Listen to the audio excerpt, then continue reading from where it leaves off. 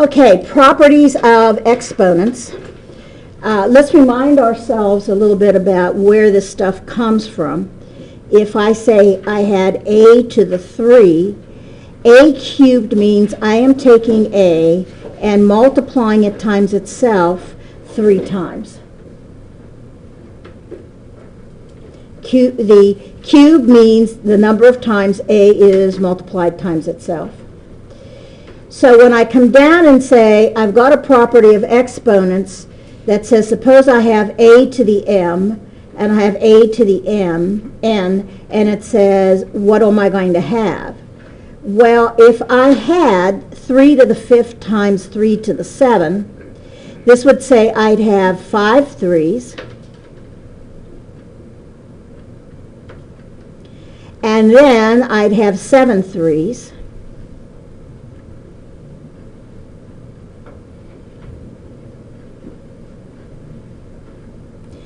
and so how many 3s total do I have? 1, 2, 3, 4, 5, 6, 7, 8, 9, 10, 11, 12. That says, by the definition of what an exponent is, that I've got 12 3s. So that says I can take the two exponents, because that tells me how many of each we have, so that when you line them all up, what's going to happen is that you're going to count the first 5, then you're going to add an additional 7, which is going to give you 12.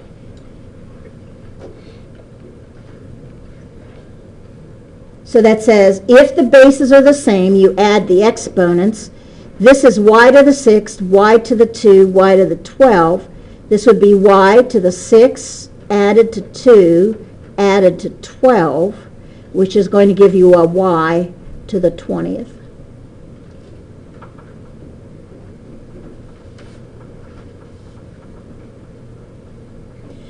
Now, it really doesn't matter what the base is. Here, the base, when I look at this thing, to me, what I see is a set of parentheses to the 6th times a set of parentheses to the 11th. I don't care what's in the parentheses. They are the same. So that's considered a base. So that says how many parentheses would I have total if I'd line them all up? It would be that set of parentheses to the 6 plus 11, which would be that set of parentheses to the 17. I'd have 17 sets of parentheses. Well, what's in the parentheses happens to be negative 3, so this would be negative 3 to the 6th times negative 3 to the 11th, which would be negative 3 to the 6 plus 11, which would be negative 3 to the 17. And by the way, you don't multiply it out. You could with your calculator. It'd be a very large number.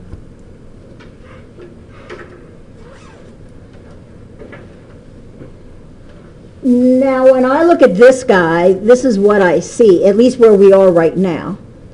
This is to the 1 power. This is to the 1 power. Remember, we do exponents first. Right? If it's to the 1 power, what you would end up with if you would to raise negative 2 x to the 4th y to the 5th to the 1 power, what would you get? Well, you just get negative 2 x to the 4th y to the 5th. And those are all multiplied together. That would be times negative 8 x cubed y to the 7th to the 1 power. To the 1 power means you only have one of them, right? So the parentheses goes away. You'd have negative 8 x to the 3 y to the 7th. Now these are all multiplied together. So what would you have? You'd have a negative 2 times a negative 8 times an x to the 4th and an x to the 3 times a y to the 5 and a y to the 7. Now I can rearrange these guys based on a property called the commutative property.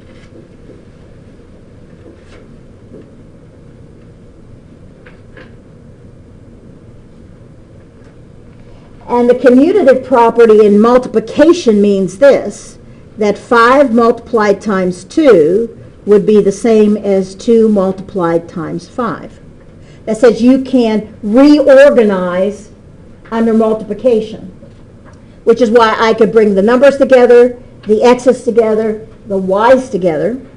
Negative 2 times negative 8 is positive 16. I have 4 and 3 x's. How many x's total do I have? 7.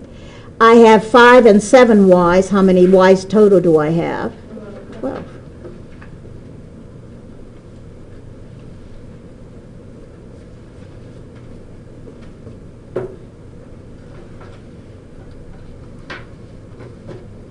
Now we have another rule of exponents that says that a to the m divided by a to the n is a to the m minus n. Now why and what in the heck does that mean? Well, if I think about it, if I had 3 to the 4th divided by 3 to the 2, that says I should have a 3 to the 2 left. Well, let's see. I have 4 3's divided by 2 3's. Now, if I'm going to reduce fractions down, I reduce them. Sometimes we call it cancellation. Lots of people call it division.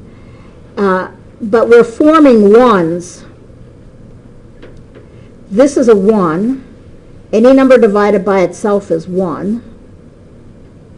So what we're going to be ending up with is 1 times 1 times 3 times 3, which is just 3 to the 2.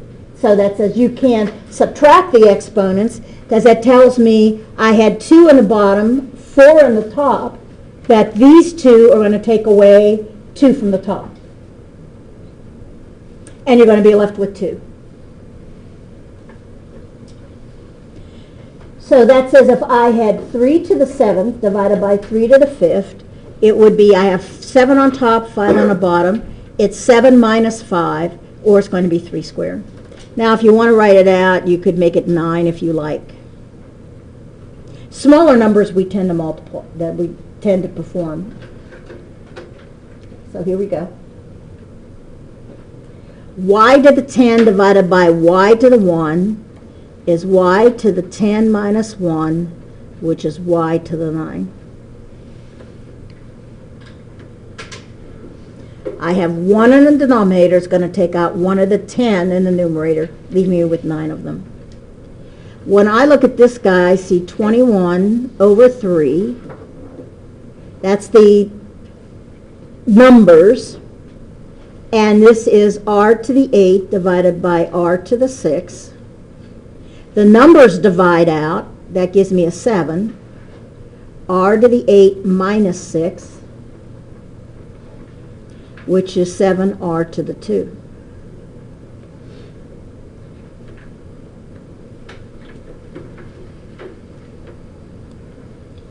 Same thing on this.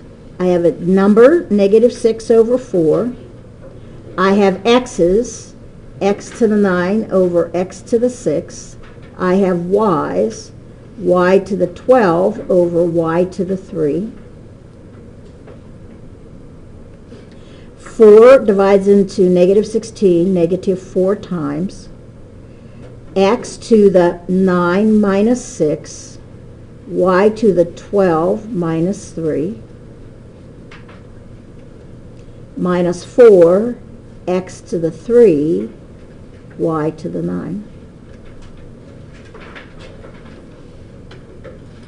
Any questions?